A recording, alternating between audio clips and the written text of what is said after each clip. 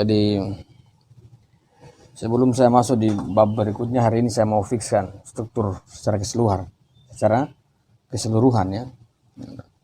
Kelak besok kita masuk di daras. Dari pembahasan sampai akhir itu saya belum bisa menyimpulkan karena saya baru baca satu tulisan, satu tugas ya. Satu tugas. Tapi paling tidak sudah kelihatan kerangka umumnya. Perenungan kan itu kan masing-masing. Masing-masing orang merenung, masing-masing orang kemudian menghasilkan hal-hal yang baru. Tapi pada kesimpulan kenyataan sehari-hari kita memang sulit dibendung yang disebut dengan kesadaran, itu sangat sulit ya. Orang mau menolak akal juga pasti dia menggunakan akal. Orang mau menolak yang disebut dengan filsafat juga dia berfilsafat. Seringkali filsafat itu dilarang atau anti, itu berkaitan dengan ketidakpercayaan dan ketidakmampuan orang melihat akal itu mampu membuka ruang metafisika ya. Itu yang pertama. Yang kedua, seringkali orang melihat akal itu dibenturkan dengan keyakinan dalam artian agama. Yang ketiga, akal itu tidak diketahui batasnya, sehingga mereka lantas berspekulasi bahwa akal itu seakan-akan dia melawan, tahukah dia anti terhadap keyakinan. Sehingga dalam kehidupan sehari-hari dengan ada golongan-golongan tertentu atau manusia-manusia tertentu yang itu memang percaya keberpikiran menjadi sebuah urgenitas untuk menyelesaikan problem, itu pasti dalam keseharian juga pasti berbeda dengan apa? Dengan orang yang tidak mengakui akal sebagai sebuah hal yang mendasar dalam melihat manusia dengan segala relasi yang ada, baik di dirinya maupun di luar dirinya. Maka kita meletakkan sebuah basis ideologi, saya simpulkan umum. Ideologi ya. Kata ideologi ini selalu membuat orang itu berpikiran sangat negatif terhadap ideologi. Bukan negatif teologi, negatif ideologi. Karena ideologi itu dia punya sebuah kekuatan magic ya. Magic. Daya dorong. Nah, dia berkaitan dengan apa? Sebuah tingkah laku orang, tingkah laku manusia dalam mencapai tujuan-tujuan praktis yang disusun dalam sebuah idenya. Maka kalau kita melihat misalnya ideologi itu sebagai sebuah tatanan praktis ya, filsafat praktisnya, maka sudah otomatis dalam kehidupan kita meletakkan etika, hukum, itu pasti memiliki sebuah alasan ya, sebuah alasan. Teman-teman belajar sebagai sebuah kenyataan praktis yang kita pandang secara indrawi saja, dia pasti punya alasan. Pasti punya alasan. Alasan itu dikatakan dengan pandangan dunia ya. Pandangan dunia. Itu hal yang yang tidak bisa kita itu sebagai sebuah kesadaran kita, maka menjadi hal yang aneh ketika ada perbuatan yang lain itu dikatakan bahwa perbuatan punya alasan, tapi di sisi-sisi yang lain misalnya terkait dengan sebuah keyakinan agama, itu seringkali orang lupa alasan dibalik tindakannya. Padahal dalam kehidupan kita sehari-hari itu orang bertindak juga pakai alasan. Kesimpulan dia terkait sesuatu kemudian dia bertindak. Maka ketika orang membatasi keputusan atau alasan keberpikiran itu selain keyakinan-keyakinan atau selain keputusan-keputusan yang lebih urgent dalam kehidupan misalnya agama, bagi saya mereka sudah mengkerdilkan akal. Lagian toh akal ini kan dia bisa saja berlaku pada apapun dan kapanpun, tidak ada batasan ruang dan waktu. Apalagi dibatasi dia pada hal-hal yang selain keimanan. Sebagaimana keyakinan kita kepada yang lain dalam tindakan, itu sama juga keyakinan kita terhadap Tuhan. Alasan kepada tindakan yang lain itu juga sama alasannya. Kita bangun dalam keyakinan kebertuhanan. Kalau kita belajar ada alasannya, itu sama dengan alasan kenapa kita harus memiliki sebuah ikatan dengan ketuhanan lah, atau siapapun Tuhannya, itu hal lain. Tapi orang pasti membangun sebuah alasan. Ada alasan yang sifatnya teoritis, ada yang alasan yang sifatnya praktis, itu banyak. Tapi pada intinya mereka membangun sebuah pandangan dunia, ya, pandangan dunia. Kalau memang akar ideologi itu adalah pandangan dunia, maka tindakan orang bisa dilihat dalam pandangan dunia, bisa dilihat dalam konstruksi ideologi. Misalnya kita begini. Kalau teman-teman itu diam-diam saja, saya tentu tidak mengetahui sejauh mana teman-teman itu punya pemahaman terkait dengan sesuatu. Itu yang pertama. Yang kedua, tanpa harus teman-teman katakan bahwa teman-teman itu paham, cukup saya membaca tindakan dalam artian tugas saja, tanpa teman-teman harus bicara. Yang ketiga, kalau kita lebih memperluas lagi sebagai sebuah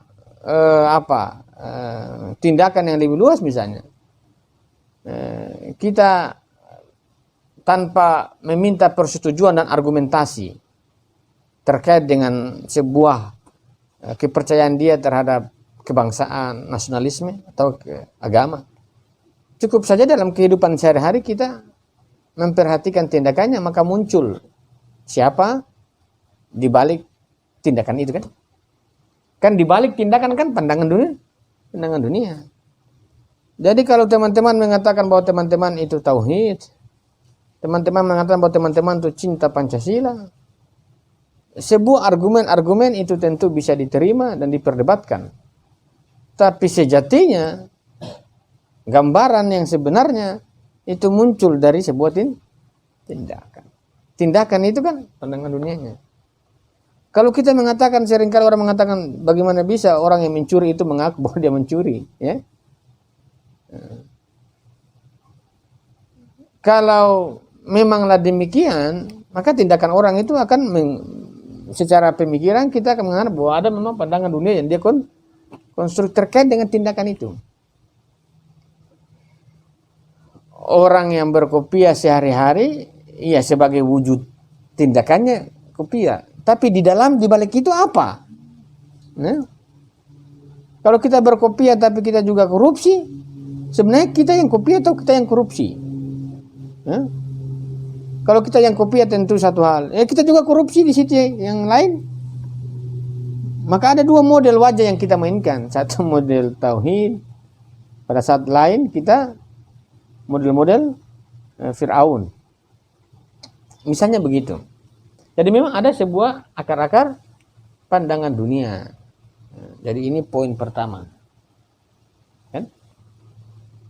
Pandangan dunia.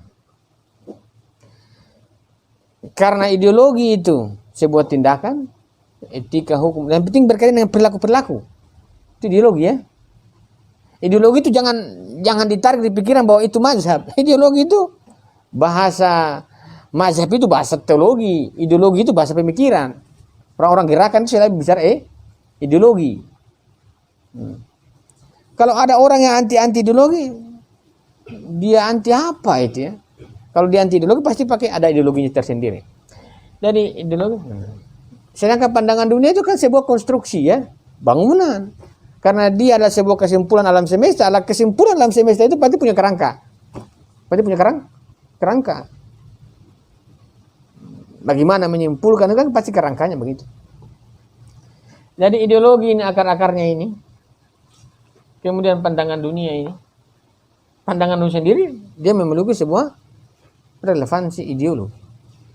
Jadi antara sebuah tindakan kita yang tidak terkait dengan ideologi, padahal secara teori setiap tindakan pasti punya alasan, punya kesimpulan. Tapi ada tindakan orang yang kesimpulannya itu dia antara apa yang dia lakukan dan apa yang dia pikirkan itu berbeda. Faktanya banyak. Fakta banyak. Jadi apa yang kita lakukan sehari-hari dalam sebuah aktivitas yang kita kontrol misalnya, ataupun ada yang tidak, dalam kehidupan sehari-hari, akar-akarnya dalam pikiran kita juga bertolak belakang kan? Bertolak belakang. Kita mengatakan bahwa menyayangi kemanusiaan itu adalah hal yang terbaik. Tapi dalam kehidupan kita tidak selalu ya. Tidak selalu. Padahal tindakan kita itu manusiawi. Tapi ketika kita bertanya tentang alasan kenapa dia begitu, dia bilang alamiah saja. Tapi secara konsul sebenarnya dia ada sebuah kesimpulan. Maka tindakan seharusnya secara pola pikir itu dia terkait dengan ideologi. Apa namanya? Pandangan dunia. Tapi kalau pandangan dunia itu tidak sejalan dengan ideologinya, berarti kemungkinan ada faktor. Satu, dia tidak sadari pandangan dunianya, sehingga tindakannya itu bertindak sebagaimana alamiahnya. Yang kedua, tindakan yang dia lakukan memang yang didasari oleh hal-hal yang instinktif. Itu memang dalam laku pola pikirnya itu sebenarnya sesuatu yang tidak terbangun. Kalau kita hindari yang disebut dengan ego-ego. Jadi ideologi itu sudah pasti ada pandangannya. Namun pandangan itu seringkali tidak sejalan dengan ideologi. Dari ideologi itu sudah pasti, pandangan dunia ke bawah itu selalu tidak pasti. Persoalannya di mana? Kalau di ideologi sudah ada pandangan dunianya, lantas pandangan dunia memasuki ideologi tidak selalu yang sifatnya niscaya. Ideologi terkait dengan pandangan dunia itu niscaya. Pandangan dunia terkait dengan ideologi tidak niscaya. Kalau tidak niscaya, apa maksud dari keterkaitan itu? Ideologi sudah pasti kan, kalau orang bertindak pasti ada dasarnya kan. Dalam kenyataan, pola pikir orang terkait dengan sesuatu itu pada tindakannya tidak sama dengan apa yang dipikirkan. Maka menjadi problemnya di mana? Di tindakan tentu tidak. Menjadi problem adalah pada sebuah kesadaran dia terkait pandangan dunia yang kita katakan sebagai epistemologi.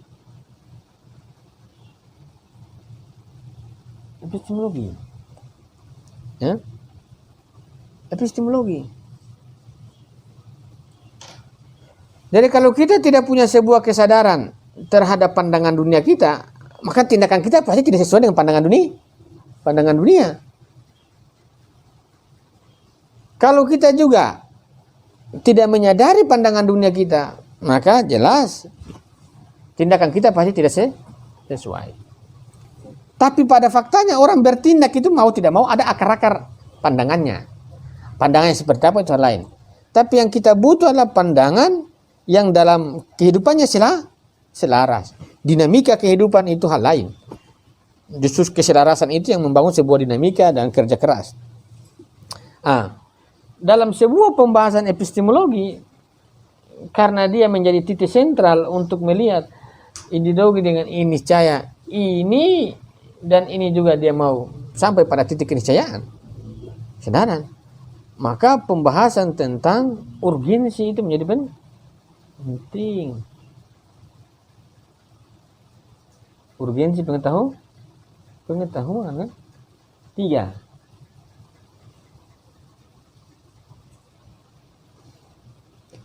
Karena dia menjadi titik sentral, maka pasti pembahasannya di situ urgensi ya. Jadi urgensi. Apa pentingnya epistemologi? Pentingnya epistemologi itu adalah berkaitan dengan sebuah kepastian agar apa yang kita pikirkan itu juga bisa kita praktekkan.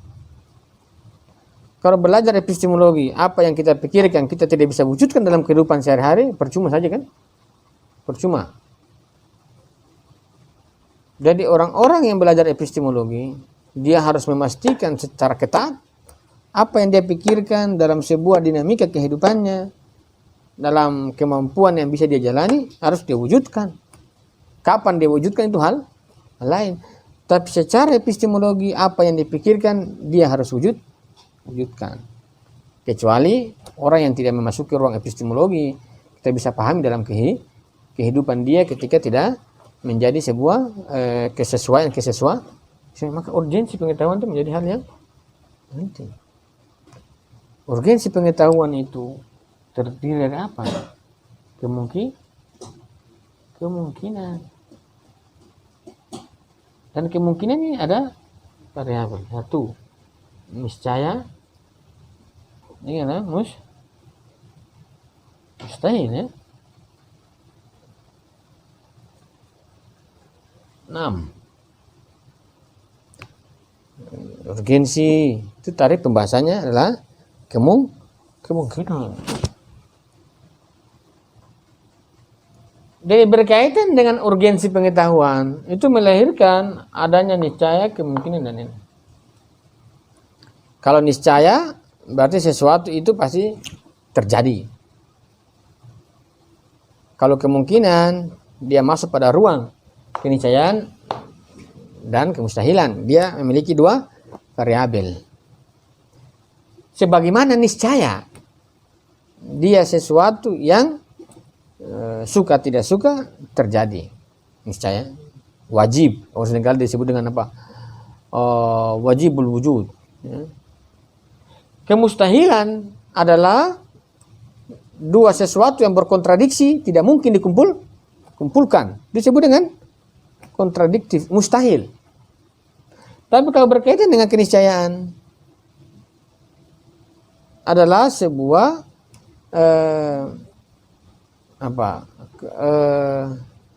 sebuah kemungkinan yang memiliki keterkaitan dengan sesuatu yang prinsipil dalam keniscayaan pengetahuan, sehingga kemungkinan itu menjadi aktual. Tapi kalau mustahil itu sebagaimana niscaya dia sesuatu yang pasti terjadi. Berasal dari apa? Berasal dari diri keniscayaan itu kan. Makanya terjadi. Kalau mustahil itu akal kita sudah mengatakan kalau ada 2 hal yang kontradiktif dikumpulkan dan muncul bersamaan pada waktu bersama, ditolak. Berkaitan dengan epistemologi, pasti orang menolak yang disebut dengan kemustahilan. Tapi ketika orang berbicara tentang kemungkinan, itu pasti berbicara bahwa ada memang 2 modus. Ada modus kemustahilan, ada modus keniscayaan. Kalau modus kemustahilan, orang sudah tolak bahwa 2 hal yang berkontradiksi tidak mungkin dikumpulkan. Tolak. Yang tersisa adalah berkaitan dengan keniscayaan. Kita akan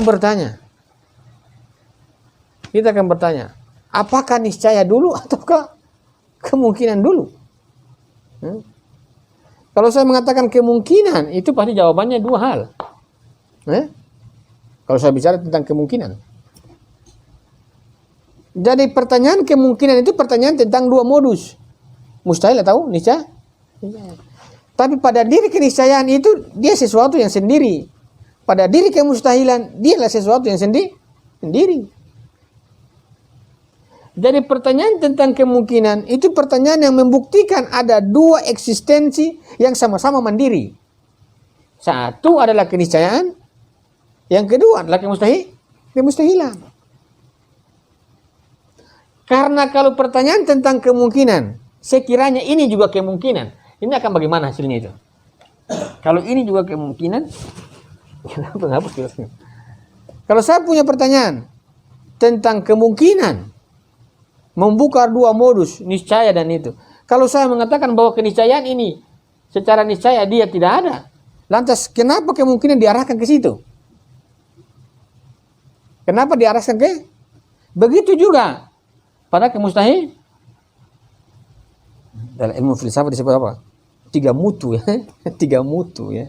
Pembagian 3 mutu ini. Kalau saya mengatakan kemungkinan. Kalau kita mengatakan bahwa kemungkinan itu niscaya dan mustahil, pertanyaan mendasar, kenapa kemungkinan kamu letakkan pada keniscayaan, kenapa pada kemustahilan? Kenapa kemungkinan ini direlasikan pada keniscayaan? Dan kenapa kemungkinan ini direlasikan kepada kemustahilan? Pertanyaan tentang kemungkinan membuka dua modus itu mengindikasikan bahwa ada sesuatu yang niscaya, yang itu kemungkinan direlasikan. Ada juga sesuatu yang mustahil juga ada sesuatu yang ditetapkan. Jadi kemungkinan itu mengarahkan pada dua ketetapan. Ketetapan yang mustahil dan ketetapan yang niscaya. Kalau tidak ada ini, maka kemungkinan kalian mau relasikan dengan apa? Mau direlasikan dengan apa? Maka kemungkinan yang berkaitan dengan keniscayaan adalah sebuah kepastian. Kepastian ini berkaitan dengan pikiran kita dan berkaitan dengan realita. Kalau berkaitan dengan kontradiktif, dua sesuatu yang dikumpulkan pada saat bersamaan, itu pasti tertolak. Namun kontradiksi itu adalah sebuah penolakan pikiran. Lagian toh di realitas ini kan tidak ada yang disebut dengan buku pada saat bersamaan HP kan? Nah, mungkin kan? Yang ada HP dan buku. Pada saat bersamaan kita lihat HP dan buku. Tapi pada saat bersamaan kita tidak bisa mengatakan bahwa HP adalah buku kan? Tapi di pikiran kita mengatakan bahwa HP adalah buku dan buku adalah HP, ditolak. Tapi pada kenyataan buku ya buku, HP ya HP. Maka kepastian yang sifatnya kemustahilan tentang kemungkinan itu adalah berkaitan dengan sebuah rasionalitas logis. Kemungkinan berkaitan dengan sebuah hal-hal yang niscaya. Itu berkaitan dengan sebuah kepastian pada pikiran kita dan kepastian pada hal-hal yang di luar. Dengan memastikan hal-hal yang di pikiran kita, itu hal-hal yang mudah-mudah saja. Namun memastikan hal-hal yang di luar sebagai sebuah proses, itu yang kita katakan apa?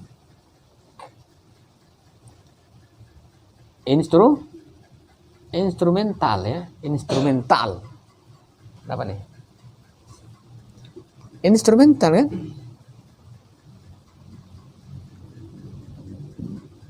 Instrumental ya.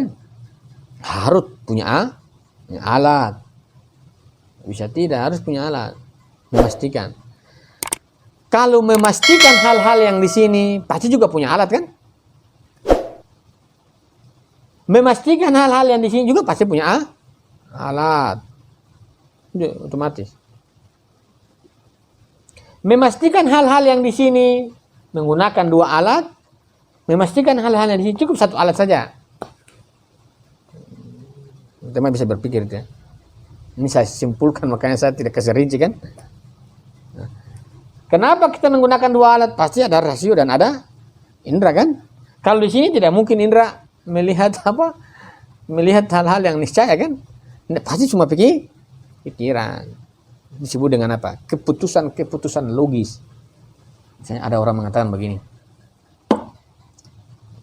Saya seringkali mengatakan kalau Tuhan itu Maha Mencipta, kenapa Dia tidak ciptakan dirinya sebagai hamba? Logis apa tidak itu? Logis, tidak ilmiah. Ya kan? Logis itu. Kalau Tuhan Maha Mencipta, kenapa dia tidak ciptakan dirinya sebagai hamba? Kalau dia ciptakan dia sebagai hamba, itu namanya disebut dengan kontradiktif. Bagaimana pencipta jadi hamba? Ya kan? Karena pada faktanya juga pencipta tetap pencipta, dia ada yang jadi hamba. Jadi disebut logis deh. Teman-teman saya itu seringkali saya masuk di grup grup ateis. Saya lihat orang berdebat. Tuhan itu Maha Mencipta. Kenapa dia ciptakan dirinya menjadi hamba? Masuk akal juga. Tapi ini namanya logis yang tidak ilmiah, tidak realitas. Logis itu begitu banyak, logis banyak. Saya baca di mana di satu grup. Tentang apa itu? Ya, juga sih, bagus juga mereka punya pertanyaan yang menggelitik. Cuma saya sedikit akalnya tidak tersistematik. Jawabnya itu melebar kemana-mana itu. Ada yang mulai sudah banyak sekali. Kita juga pusing mengikuti ritme instrumental. Tapi instrumental itu bisa bekerja ketika dikatakan dengan sumber pengetahuan. Kan? Sumber pengetahuan. Alat kan? Alat itu bisa masuk pada sumber. Epistemologi, urgensi terkait dengan ini, kemudian masuk di instrumental. Instrumental bisa alat ya. Alat itu ya, kalau kita mau pisah misalnya di sini misalnya R1 misalnya, di sini kita punya indra misalnya. Yang bagian begitu kan? Kemudian sumber pun kan demikian. Jadi kerja itu ya. Indra, sumber kerja. Jadi kalau teman-teman itu punya instrumen, ya, digunakanlah pada sumber ya. Gunakanlah indra pada sumbernya, gunakanlah akal pada sumbernya.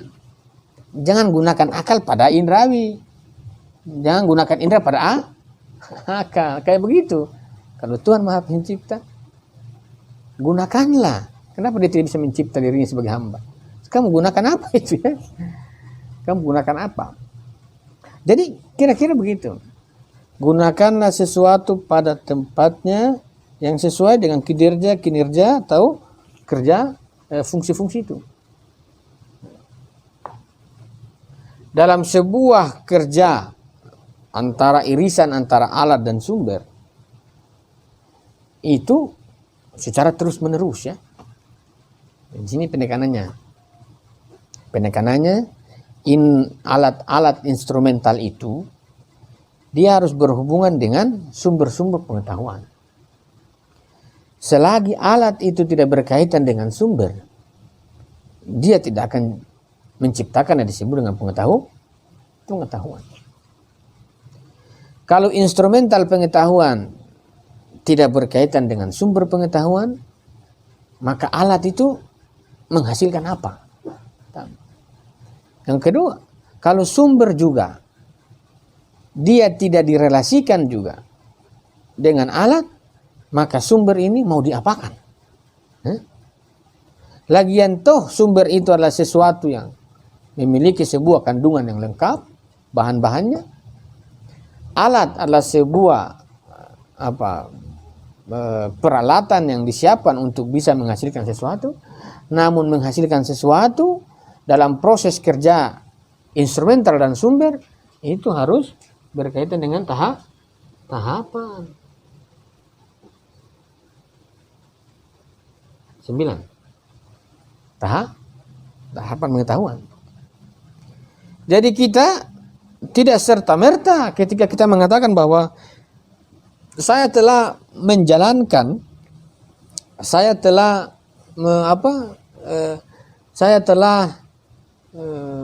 memperkerjakan indera saya, instrumen saya dengan sumber. Namun dalam dalam proses proses kerjanya antara indera dan sumber itu dalam makna-makna dalam sebuah kerja yang bertahap.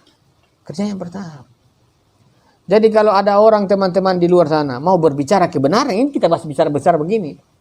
Jangan dulu langsung masuk kebenaran, orang harus bongkar dulu pada epistemologi. Orang dulu berbicara pada urgensi, berbicara kemungkinan dan lain sebagainya. Untuk dipastikan dulu kan. Kemudian membuka ruang instrumental dan sumber. Baru masuk di tahapan. Tiba-tiba dulu, apa tuh kebenaran? Kebenaran mutlak atau relatif? Bagaimana itu? Kalau saya mau mengatakan relatif itu diukur dari apa? Nah, kan? Kalau kita ukur dari relatif pasti berbicara in tapi kalau kita bicara begitu nanti orang cakap cuma hal-hal yang logis. Apa itu kebenaran? Mutlak atau tidak? Tiba-tiba ada dalam satu grup yang mengatakan hanya Tuhan yang mutlak. Selain relatif. Hanya Tuhan yang mutlak, selain Tuhan itu relatif. Bagus-bagus juga benar. Hanya Tuhan yang mutlak, selain Tuhan kalau Tuhan mutlak selain Tuhan relatif sudah dua, ada selain Tuhan ada tuh relatif kan, relatif itu kan, selain Tuhan relatif, Tuhan dua ini hal ini bukan relatif, jadi Tuhan relatif juga relatif. Ini kan berbahaya ya. Tapi bagus-bagus juga orang berpendapat. Tapi dalam kajian-kajian epistemologi ini argumen-argumen yang apa ya begini-begini. Dogma yang disampaikan terus berlanjut ya. Tanpa dia tahu apakah ini pendapat ini perlu disebarkan atau tidak. Kalau kata William Chittick, bahasa muda cocologisme. Kutip-kutip tanpa tahu apa yang dia kutip. Yang penting bagi dia itu menyentuh jiwa, kutip saja. Padahal menyentuh jiwa tanpa membangkitkan akal ya lama-lama frustasi kita. Ada tahapan. Tahapan itu kerja yang sistematik secara bertahap. Dari kalau indera berkaitan dengan sumber, dalam kerjanya itu bertahap. Tidak bisa langsung kemudian lompat. Kita bekerja pada tingkatan pertama, kita mau lompat langsung. Adakala orang masih mau belum selesai di peringkat pertama dia langsung mau lompat. Tidak bisa. Adakala orang juga tidak mau di tahapan pertama dia lompat di tahapan kedua, tidak bisa juga begitu. Kita tidak menyelesaikan persoalan di tahapan pertama menjadi persoalan kalau kita mempercepat ke tahapan kedua. Kalau kita mau langsung pada tahapan kedua, ya konsekuensinya pasti idealis.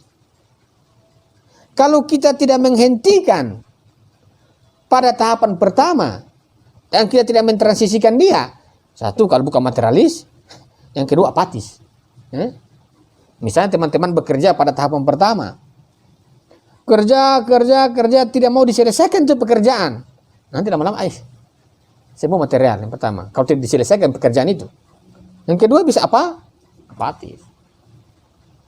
Kalau orang tidak melewati tahapan pertama kemudian lompat pada tahapan kedua, nanti ujung-ujungnya adalah ini logis itu. Tuhan itu kan maha mencipta, masa dia tidak bisa menciptakan dirinya sebagai hamba? Ya juga ya, logis deh. Sangat logis kalau teman-teman seringkali pembongkaran itu begitu. Tuhan maha pencipta, kenapa dia diciptakan dia sebagai hamba? Itu bagus juga, logis. Tapi itu kan tidak benar. Logis itu tidak benar, logis saja, tapi tidak benar. Syaratnya logis, iya, tapi tidak bisa jadi bukan benar. Tahapan. Dalam proses-proses tahapan yang begitu panjang, kinerja-kinerja, kerja-kerja rasio dan indera itu dalam relasinya dengan sumber itu dalam tahapannya, baik tahapan pertama maupun tahapan kedua. Namun dalam tahapan-tahapan itu kita tidak bisa firiskan, karena tahapan itu ada indrawi, ada rasional kan. Jadi kita dari indrawi menuju pengetahuan yang sifatnya rasional. Sesuatu yang indrawi adalah sesuatu yang berkaitan dengan indrawi manusia. Sesuatu yang berkaitan dengan rasional adalah sebuah pemahaman terkait dengan hasil-hasil rasional. Namun pengetahuan yang berkaitan dengan rasional itu berkaitan dengan apa? Generalitas. Jadi tahapan-tahapan pengetahuan manusia sampai pada tahapan yang tertinggi dan menghasilkan disebut dengan pengetahuan di sini. Jadi kalau orang mengatakan yang di mana itu yang disebut dengan epistemologi? Epistemologi itu berakhir pada sebuah pengetahuan itu berhasil pada tingkatan generalitas pada konsepsi ya. Namun konsepsi kan ada tasawur. Tasawur itu batas sampai pada generalitas. Jadi apapun yang kita lihat dalam indera kita, apapun yang terjadi di indera dengan sumber-sumber pengetahuan dalam kebertahapan analisisnya, baik dari tahapan 1 dia olah kemudian masuk tahapan kedua, itu harus sampai pada titik di mana hasilnya itu ada, dan hasilnya itu dikatakan dengan generalitas. Generalitas ini kalau kita katakan itulah disebut dengan pandangan dunia. Kesimpulan kan? Kesimpulan pandangan dunia. Jadi untuk menghasilkan sebuah pandangan dunia dalam sebagai sebuah kesimpulan terhadap alam semesta yang di dalamnya semua ini, itu adalah pada titik generalitas. Maka sebenarnya perdebatan epistemik, perdebatan tentang pandangan dunia, itu perdebatan yang sifatnya epistemik dan menarik. Karena yang dia kaji apa? Yang dia kaji adalah semua pandangan tentang indrawi terkait dengan panca indera dan alam sebagai sumber. Jadi menghasilkan pandangan dunia itu bukan sesuatu yang kita kaji, sesuatu yang kita bahas, bukan tidak berkaitan dengan alat dan sumber, berkaitan. Kalau ada orang mengatakan, misalnya siapa namanya, Dahlan Ranul Harjo dalam buku Menuju Kepemimpinan, Pejuang Paripurna, dia tidak menerima bahwa Islam sebagai ideologi. Tidak masalah, itu hak orang. Tapi pandangannya apa? Dia mengatakan kalau Islam sebagai ideologi sebagai komunis, sama kalau Islam sebagai ideologi nanti sama juga dengan komunis juga sebagai ideologi. Padahal tafsiran saja kan. Kalau kita tidak mengatakan bahwa Islam sebagai ideologi, lantas kita menjalani kehidupan kita jadikan Islam sebagai apa? Nah, kalau itu dikatakan bahwa bahasa wahyu, iya, tapi berkaitan dengan kita, piye? Pasti ada tafsiran. Namun tafsiran memasuki Islam sebagai sebuah ideologi, itu tafsiran terhadap hal-hal yang berkaitan dengan indera dan rasio. Bukan tiba-tiba menurut surat Al-Baqarah. Jangan dulu, bos. Itu Allah yang kemudian berfirman terhadap kenyataan realitas alam. Tapi pandangan itu dari kita. Kalau pandangan dari kita, ya kita dulu bongkar dulu yang disebut dengan interpretasi terhadap alam semesta. Kalaupun Tuhan juga menawarkan sebuah pandangannya, tapi pandangan Tuhan itu kan harus berkaitan dengan pandangan kita. Kalau pandangan Tuhan tidak berkaitan dengan pandangan kita, lantas bagaimana kita menjalankan pandangan Tuhan? Sedangkan hanya pandangan Tuhan itu hanya Tuhan yang tahu pandangannya. Lah kalau kita memandang segala sesuatu alam semesta dengan pandangan Tuhan juga terlibat di dalamnya, supaya kita apa? Kita bisa menyimpulkan apa yang kita jalani dan apa yang kita ketahui sebagai sebuah pandangan dunia yang itu terklarifikasi pada sebuah kesimpulan. Kesimpulannya begini. Jadi begini bertahap kan, 1, 2 bertahap. Jadi kalau besok teman-teman itu berdebat, dia tanya di mana, teman-teman harus kembalikan kemana, kan begitu namanya struktur. Jangan dia tanya dulu teman-teman liba, yang ada dia emosi. Kita harus mengarahkan orang pada struktur supaya dia tahu, oh persoalan saya ini titik persoalan yang sebenar. Nah, kalau dia sudah menemukan titik persoalannya, baru kita mulai lagi merancang. Kebenaran itu mutlak atau relatif? Sebentar dulu, Mas. Kamu masuk di sini dulu. Tarik di sini. Sampai sini. Sudah. Baru kita mulai lagi begitu. Kebenaran itu relatif atau mutlak? Saya mutlak. Kamu relatif. Masing-masing berpandangan berbeda, masing-masing saya pilih. Jangan saling bentrok. Ya kan begitu kan? Itu karena apa? Karena kita juga tidak tahu sumber persoalannya dari mana dia mulai. Dari mana dia mulai semua ini? Saya mutlak, kamu relatif. Iya, sama-sama. Kamu terserah kamu yakini itu, saya juga yakini. Gitu kan? Jadi guna apa kita berdiskusi? Ya masing-masing memilih. Diskusi itu saling mengkritisi pandangan, saling menemukan titik temu. Titik temu sebentar dia mau pilih atau tidak itu kan hal lain. Bukan sejak awal saya mengatakan saya relatif, kamu mutlak. Ya, saya relatif, kamu mutlak. Kalau begitu pilih masing-masing, jangan saling mengganggu. Itu tentu sikap-sikap moral bisa dipahami. Kayak dalam perdebatan intelektual jangan dulu begitu-begitu. Harus ditahu bagaimana akar-akarnya sampai begitu kan? Kenapa kamu bisa mengatakan relatif? Karena bisa, itu pasti masuk pada generalitas, masuk pada tahapan, instrumen sumber, masuk pada sebuah pembahasan yang sifatnya mendasar. Nah, karena pengetahuan itu sampai pada sebuah titik generalitas, sebagai sebuah kesimpulan terhadap apa-apa yang kita pelajari, namun lagian toh generalitas itu mau kita bawa kemana? Kita mau hidup dalam sebuah awang-awang mental. Tentu kita berpikir minum susu itu enak. Dalam kehidupan kita sehari-hari, susu pun kita tidak pernah minum. Susu enak juga ya. Menghayal namanya. Jadi generalitas yang tidak menemukan realitasnya, hayalan. Ya. Hayalan. Coba teman-teman bayangkan Emun dalam pikiran. Berkembang kan? Berkembang itu ya. Jadi saya punya pikiran yang berkembang. Tapi kalau saya hasil perkembangan di pikiran itu sangat berbahaya. Sangat berbahaya. Maka salah satu titiklah dia harus berkaitan dengan sebuah pengetahuan tanda. 11. Pengetahuan tanda itu apa? Generalitas ya, sudah di pikiran teman-teman sudah. Tanda itu kan berbicara tentang sesuatu yang ada di luar. Pengetahuan yang ada di luar, di balik tanda. Oke, begitu sederhana. Nah, di kita kan generalitas sudah pikiran. Kemudian tanda itu bicara tentang pengetahuan di balik tanda yang kita dapatkan. Jadi ada pengetahuan di pikiran kita. Ada juga loh fakta-fakta itu di luar itu yang memberikan kita pengetahuan. Dan kemudian terkoneksi pada pikiran kita.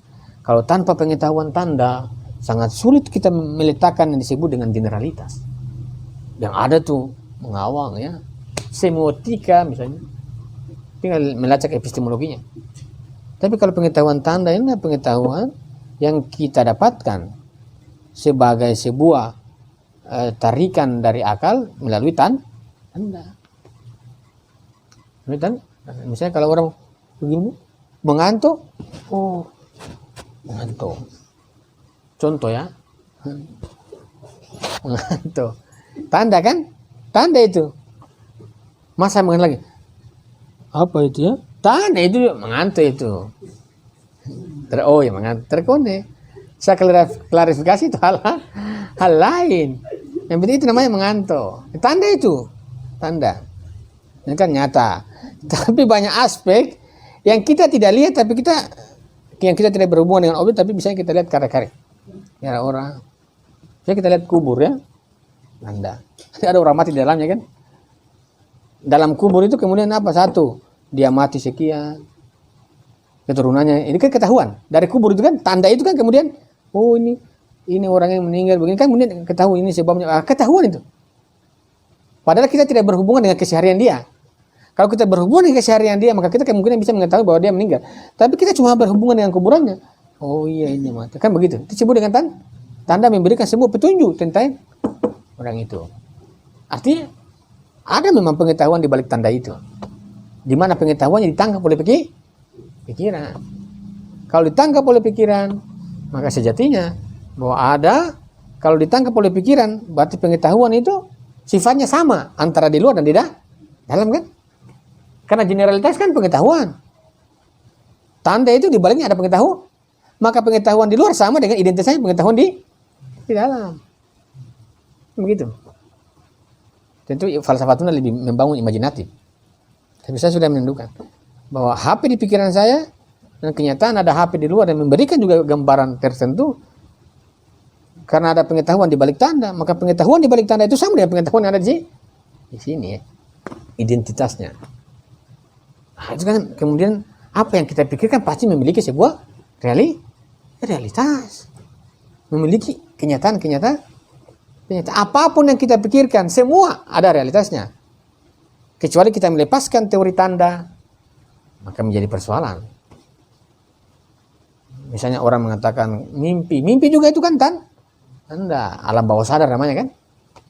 Mimpi, tapi mimpi itu pasti dia mau menceritakan hal tertentu. Sebuah mimpi itu pasti, sedangkan sekelas orang-orang empiris juga itu dia menafsir mimpi kok. Kan? Menafsir mimpi. Jadi apa yang kita dapat kalau yang kita lihat begini kan enak. Tapi dalam kehidupan kita tidur misalnya, kita kemudian mimpi yang kita bukan bersentuhan langsung dalam artian dengan objek. Tapi dalam diri kita itu ada mimpi. Oh, apa maknanya? Pasti ada sesuatu yang dia mau berikan, sesuatu yang dia mau tunjukkan pada kita. Maka generalitas berkaitan dengan tanda. Untuk dipastikan bahwa apa yang kita pikirkan dan di luar itu tepat, itu yang kita katakan dengan masuk. Ada pengetahuan hakiki. Kalau pengetahuan hakiki itu baru masuk di sini. 12 struktur ya. 12 skema. 12 skema. Sudah ada di pikiran kita. Pastikan dulu kan. Makanya kata Ayatullah Mutahari, kita harus kenali dulu itu pengetahuan di pikiran kita kan. Kalau kita sudah kenali, maka kita pasti akan mengenali apa itu di balik tanda itu kan. Pengetahuan kan. Kalau kita sudah kenali pada pikiran kita, maka kita kenali juga yang di luar itu. Bahwa ada sesuatu yang di luar yang kita kenali dalam sebuah pengklarifikasian. Aduh, kita meletakkan disebut dengan pengetahuan hakiki, kebenaran. Jadi kebenaran itu apa? Ada ide, ada realitas. Kemudian kita menggunakan apa? Alat ukur, landasan dan neraca. Kalau itu terbukti disebut dengan niscaya. Jadi kesesuaian antara ini dan realitas disebut dengan kebenaran. Kalau terbukti kesesuaiannya niscaya. Terbukti ya. Kalau tidak terbukti mustahil. Begitu. Kalau tidak terbukti ini kan berkaitan dengan di pikiran kita dan kenyataan. Tadi kalau ada generalitas pada pikiran kita, mungkin ada tanda bahwa di balik itu ada pengetahuan. Kalau sudah terpastikan bahwa ada dua sumber ini, ada dua bentuk pengetahuan ini, maka untuk membuktikan apa yang kita pahami sebagai sebuah generalitas dengan hal-hal yang berkaitan dengan tanda, itu adalah berkaitan dengan sebuah pengetahuan yang hakiki. Pengetahuan yang hakiki itu adalah sebuah gagasan yang berkaitan dengan realitas. Kalau terbukti ada kesesuaian, disebut dengan kebenaran. Kalau itu disebut dengan kesesuaian bahwa itu kebenaran, disebut dengan niscaya. Maka kebenaran itu niscaya mutlak. Tidak ada disebut dengan relatif. Mutlak kan? Jadi kalau orang berdebat di luar, niscaya relatif. Relatif saja, supaya aman. Karena memang harus begitu. Karena kita berbicara tentang sebuah keniscayaan, ini bukan berbicara tentang sebuah kesimpulan-kesimpulan. Kemudian kalau kita menarik, kalau sebagai sebuah keniscayaan sudah selesai, lalu kemudian orang menarik dalam sebuah tindakan. Artinya apa? Tindakan itu asalnya adalah kebenaran. Bahwa pengetahuan itu asalnya adalah epistemologi dan pandangan dunia. Pandangan dunia kan pada kebenaran. Maka apa? Maka seluruh dasar tindakan manusia dalam tindakannya sebagai sebuah kesadaran general kan ini kan? Ini kan general ini. General itu adalah kebenaran. Kalau kita mau simpulkan, ini kan misalnya general. Maka karena pandangan dunia itu berkaitan dengan ideologi, epistemologi itu kan pada kebenaran dan itu keniscayaan, niscaya. Jadi antara ideologi dan pandangan dunia niscaya, pandangan dunia dan ideologi niscaya dalam kaitan dengan sebuah pengetahuan yang hakiki. Kalau sudah sampai pada kehakikian pandangan dunia itu niscaya.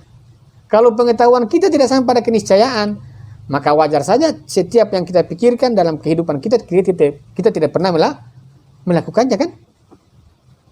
Jadi keniscayaan dalam pandangan dunia dan ideologi itu berkaitan dengan apa? Kebenaran. Maka kebenaran itu dasar tindakan. Ini menarik kalau dalam teori aksiologi. Teori Alisarati menarik. Bombardir orang. Saya lagi menulis hal-hal doktrin-doktrin tentang kesahidan ya. 40 hari ya. Dia harus kasih panas-panas dulu. Nanti malam saya buat video tentang agama versus agama. Panas-panas. Masih 40 hari. Dan tidak itu ya. Kaitannya begitu. Jadi epistemologi sampai titik ini. Jadi untuk meletakkan sebuah tindakan itu harus sampai pada kebenaran. Supaya apa? Supaya kita bertindak itu jangan salah. Kalau bertindak kita juga salah, jangan-jangan pengetahuan kita tidak tercapai. Saya salah itu. Kok salah? Jangan-jangan pikiranmu tentang kebenaran juga salah. Kalau salah berarti dikonstruksi semua itu kan? Konstruksi itu. Artinya bahwa kalau kita mau mengajar, mau menjelaskan di orang, jangan cepat-cepat. Bertahap. Ya orang yang tidak mampu pulang saja. Nah, ini orang ada sistematik begini. Ini bukan belajar. Kamu mau apa? Masuk surga? Silakan. Nah, begitu pelajaran itu. Jadi kalau kita tadi memasuki kebenaran, ini epistemologi ya. Artinya bahwa kita mau menyimpulkan bahwa tindakan harus sesuai dengan pikiran kita. Itu adalah manusia sama pada tingkat kesadaran. Dan kesadaran apa? Itulah kebenaran. Kesesuaian itu dikatakan dengan kebenaran. Dan itu niscaya. Kalau sudah itu, kalau seandainya bahwa kita sudah menemukan keniscayaan dalam diri kita, lantas bagaimana bisa kita katakan bahwa tindakan itu apa yang kita pikirkan tidak akan terjadi? Sudah niscaya kan? Kalau niscaya kan mau tidak mau suka tidak suka harus dilakukan. Kalau kita sudah sampai pada sebuah kesimpulan generalitas sampai pada titik kesesuaiannya antara ide dan realitas, itu dasar kita bertindak. Maka pengetahuan sampai pada sebuah titik kebenaran, dan kebenaran itu menghantarkan orang pada sebuah tindakan. Kira-kira begitu. Sekian dari saya. Assalamualaikum warahmatullahi wabarakatuh. Waalaikumsalam.